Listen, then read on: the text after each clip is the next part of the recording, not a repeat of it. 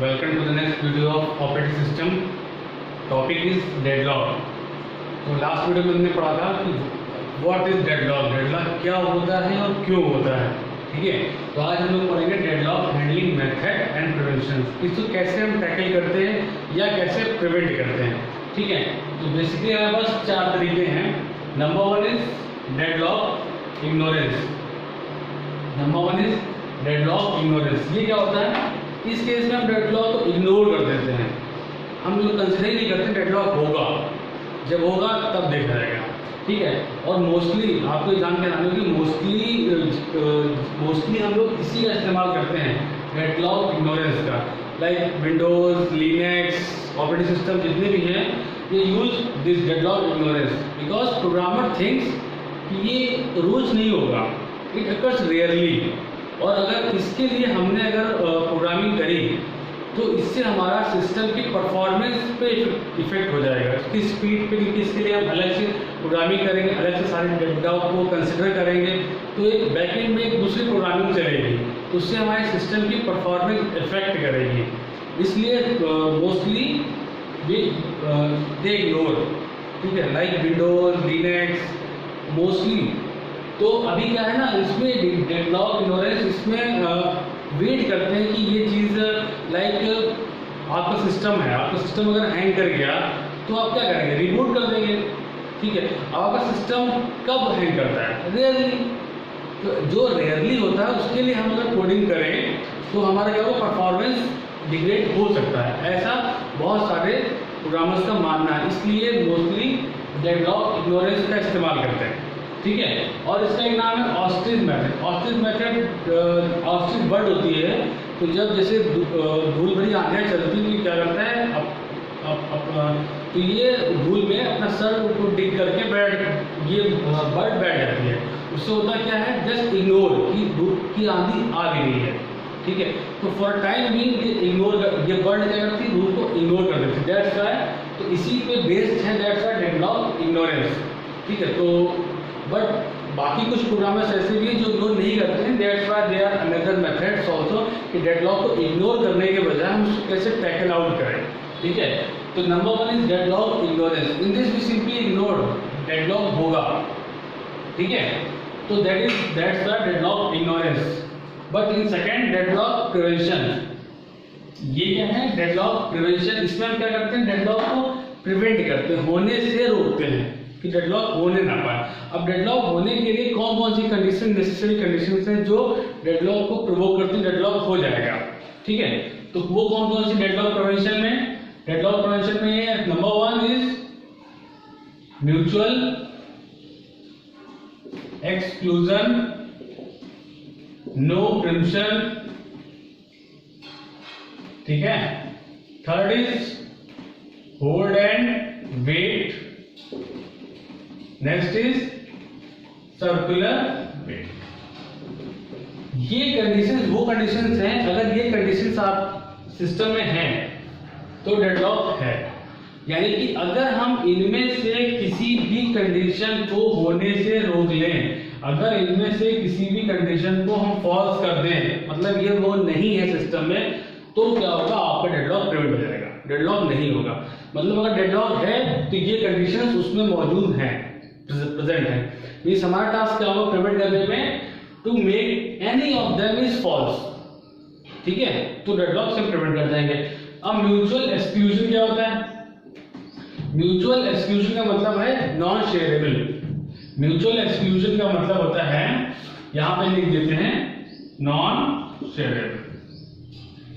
ठीक है, मतलब जो भी रिसोर्सेज आपके यूज हो रहे हैं, म्यूचुअल एक्सक्लूजन नॉन शेयरेबल, हमें करना कैसा है, इसको फॉल्स करना है। फॉल्स करने का मतलब we have to make resources shareable, we have to make resources shareable.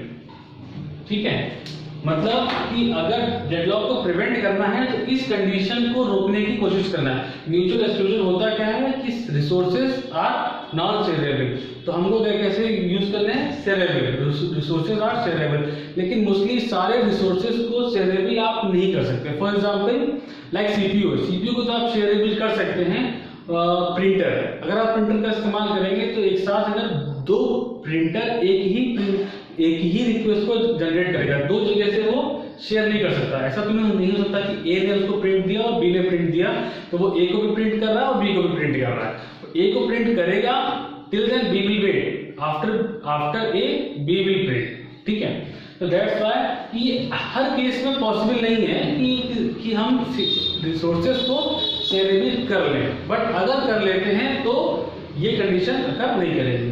Second is no preemption. No preemption का मतलब होता है कि प्रिम्प्ट नहीं करना है, जो प्रोसेस है अभी वही प्रोसेस एग्जीक्यूट करेगा, ठीक है। लेकिन अगर हमने इसको प्रिम्पशन बना दिया, मतलब प्रिंट कर सकते हैं, तो डेडलॉक नहीं करेगा। फॉर एग्जाम्पल कि अगर हमारे पास प्रोसेस P1 है, ठीक है, और इसने क्या कर रखा है, R1 रिसोर्स को होल्ड करके रखा हुआ है। R1 रिसोर्स जो है वो P1 के पास है, और जो R2 रिसोर्स है ये P1 रिक्वेस्ट कर रहा है कि हमें R2 भी चाहिए कंप्लीट होने के लिए, और एक दूसरा प्रोसेस है P2, इसने R2 को होल्ड करके रखा है और R1 की रिक्वेस्ट कर रहा है। तो ये क्या कर रहा है, P1 के पास R1 है, R2 मांग रहा है, P2 के पास R2 है और R1 मांग रहा है। तो काइंड ऑफ क्या हो रहा है, दूसरे का लोग वेट कर रहे हैं, process are not going to happen. लेकिन अगर हमारा प्रोसेस प्रिंट हो सकता है, प्रिंट करने का मतलब ये हुआ कि अगर हम इस P1 को प्रिंट कर दें, इस P1 को हम प्रिंट कर दें, मतलब अगर हमने प्रोसेस से इसको हटा दिया, तो जैसे ये हटेगा तो क्या हो जाएगा, ये R1 को फ्री कर देगा, R1 को ये रिलीज कर देगा, और अगर R1 रिलीज हो गया तो R1 P2 को मिल जाएगा और P2 विल कंप्लीट, ठीक है, P2 will complete. Afterward you can send P1 again, and उस टाइम पे क्या होगा, R1 R2 दोनों फ्री होंगे हमारे पास, क्योंकि P2 कंप्लीट हो चुका है। इन दैट केस ये जो डेडलॉक सिचुएशन अराइज होने वाली थी, ये अगर आप प्रिम्पशन में है तो अराइज नहीं करेगा। मतलब प्रिवेंट करने में हमें जितने भी प्रोसेस हैं उनको प्रिम्प्टिव वे में इस्तेमाल करना है कि प्रोसेस को प्रिम्प्ट कर सके, but in running case all time is not favourable. Third is hold and wait. Hold and wait की कंडीशंस क्या होती है कि you are holding one resource and waiting for another resource. Everyone, like in this case, P1 is holding R1 and waiting for R2. P2 is holding R2 and waiting for R1. This is kind of a hold and wait. तो अब आपके case में hold and wait ना हो, तो इसके लिए आपको क्या करना होगा, मतलब किस तरीके से आप इसको बच सकते हैं कि होल्ड एंड वेट ना हो। तो इसके लिए क्या करते हैं कि हम लोग रिसोर्सेज को एक नंबरिंग दे देते हैं। फॉर एग्जाम्पल अगर हम रिसोर्सेज को नंबरिंग, जैसे कि हमारे पास कुछ रिसोर्सेज हैं, फॉर एग्जाम्पल हमारे पास CPU है, और स्कैनर है, प्रिंटर है, ठीक है, और रजिस्टर है। तो हमने क्या किया, CPU को 1 2 3 4 हमने नंबरिंग कर दी, मतलब जितने भी रिसोर्सेज हमारे पास हैं हमने उनको एक नंबरिंग कर दी। तो अब करना क्या होगा, मान लीजिए हमारे पास P1 है, ठीक है, P1 के पास 1, ये P1 के पास 1 है, CPU P1 के पास में है। तो P1 ने क्या किया, P1 ने रिक्वेस्ट करी 3 के लिए, P1 ने जो रिक्वेस्ट करी वो 3 के लिए करी, ठीक है, और जो 3 है वो किसके पास है, वो सपोज कर लेते हैं 3 जो है वो P2 के पास है, जो 3 है वो P2 ने होल्ड करके रखा हुआ। मतलब P1 एक प्रोसेस है जिसके पास फर्स्ट रिसोर्स नंबर का है और 3 की वो रिक्वेस्ट कर रहा है, but 3 is taken by P2।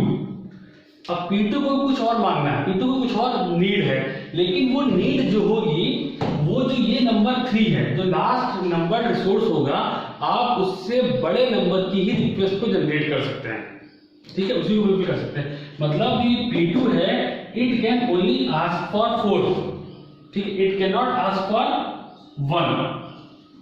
क्यों, 1 इज लेस देन 3, ठीक है। तो इस केस में क्या होगा, आप जहां आपने क्या किया, सारे रिसोर्सेज को एक नंबरिंग दे दी, और वो रिसोर्सेज किसी को भी प्रोसेस को एलोकेट हो रहे हैं, तो नेक्स्ट प्रोसेस अगर किसी रिक्वेस्ट को जनरेट कर रहा है तो वो number that should be greater than the previous resource, जो भी नंबरिंग आपने कर रखी है। उससे होगा क्या कि आपका सर्कुलर में जो होल्ड एंड वेटिंग वाला है उससे आप बाहर निकल सकते हैं। ठीक है, दैट उस तरीके से आप hold and wait. Circular wait is same as hold and wait, but circular wait क्या होता है कि इस kind making a loop, just like for example कि अगर मैंने ये किया और P2 ने इसको मान लिया, तो ये क्या है, होल्ड एंड वेट भी है, because P1 is holding 1 and waiting for 3, P2 is holding 3 and waiting for 1, तो hold and wait, but is making a circle, तो this is called circular wait. दूसरे एग्जांपल से भी आप समझ सकते हो सर्कुलर वेट को। सर्कुलर वेट क्या होगा, circular wait for example P1 हमारे पास प्रोसेस है, P1 इज होल्डिंग R1, ठीक है, holding R1 and waiting for holding R1, और ये P2 दूसरा प्रोसेस है यहाँ पे, और P1 R1 को होल्ड किया हुआ है और इज रिक्वेस्टिंग फॉर, ये आपका R2 है, P2 ने R1 को रिक्वेस्ट किया है और इसको मांग रहा है, but this is taken by P2 और asking for R3. R3 is taken by P3. R3 is taken by P3 and P3 इसके पास है, और ये किसको मांग रहा है, दिस काइंड ऑफ, अगर मोर देन वन प्रोसेस भी है तो इस काइंड ऑफ अ सर्किल, अगर वो सर्किल बन रहा है दैट, तो ये आपका सर्कुलर वेट हो जाएगा, अदरवाइज होल्ड एंड वेट। तो ये चार कंडीशन डेडलॉक प्रिवेंशन के लिए हैं। अगर ये चारों हैं तो डेडलॉक हो जाएगा आपका। अगर आपने इन चारों में से किसी को भी फॉल्स कर दिया तो डेडलॉक नहीं होगा। ठीक है, तो म्यूचुअल एक्सक्लूजन कैसे कर सकते हैं, by making resources shareable, no prevention by making resources, by making processes primitive, hold and wait by making resources in order 1 2 3 4 5 6, and same है सर्कुलर वेट। सर्कुलर वेट में भी हम ऑर्डरिंग करके इस्तेमाल कर सकते हैं। ठीक है, फिर थर्ड, इसके बाद जो अगली टेक्निक है डेडलॉक अवॉइडेंस। हम डेडलॉक को अवॉइड कर रहे हैं। अवॉइड करने के लिए हमारे पास एल्गो है, बैंकर्स एल्गो। ठीक है, बैंकर्स एल्गो को हम नेक्स्ट वीडियो में फुल डिस्कस करेंगे। Then is deadlock detection and recovery. ये मेथड कैसा है कि we are waiting for deadlock to occur, deadlock हो गया तो हम डेडलॉक को फिर डिटेक्ट करेंगे, फिर रिकवर करेंगे। Again a very tedious task, not easy to detect कि किस प्रोसेस के कारण से डेडलॉक हुआ है, but again detection and recovery. इसमें करते क्या है, we make any of the processes, किसी बहुत सारे प्रोसेस है उसमें से कारण से डेडलॉक हो गया, इनमें से सारे कुछ हो गए होंगे, तो हम क्या करते हैं, किसी भी एक प्रोसेस को किल कर देते हैं, उसको हम बंद कर देंगे। जैसे ही उसको हम किल करेंगे तो क्या होगा, उसने जितने रिसोर्सेज को होल्ड करके रखा होगा वो सारे फ्री हो जाएंगे। तो उनके फ्री होने से देखिए क्या आपका सिस्टम रिज्यूम हो गया है। अगर हो गया है तो वेल एंड गुड, और अगर नहीं हुआ है तो again we kill another process, this process will continue till deadlock, जब तक डेडलॉक दूर नहीं हो जाता, क्योंकि हम, but again this is not a useful method, because deadlock को फाइंड आउट करना किस प्रोसेस के कारण से है, या हम ऐसे किसी एक प्रोसेस को किल कर दें और अगेन किल कर दें और जस्ट वेट करें कि डेडलॉक रिकवर हो जाए। तो these are the some techniques by which we handle deadlock methods. ठीक है, डेडलॉक को हम मेथड या प्रिवेंट करते हैं। So in the next video we will study deadlock avoidance, banker's algo के थ्रू डेडलॉक को कैसे अवॉइड करते हैं। Thank you.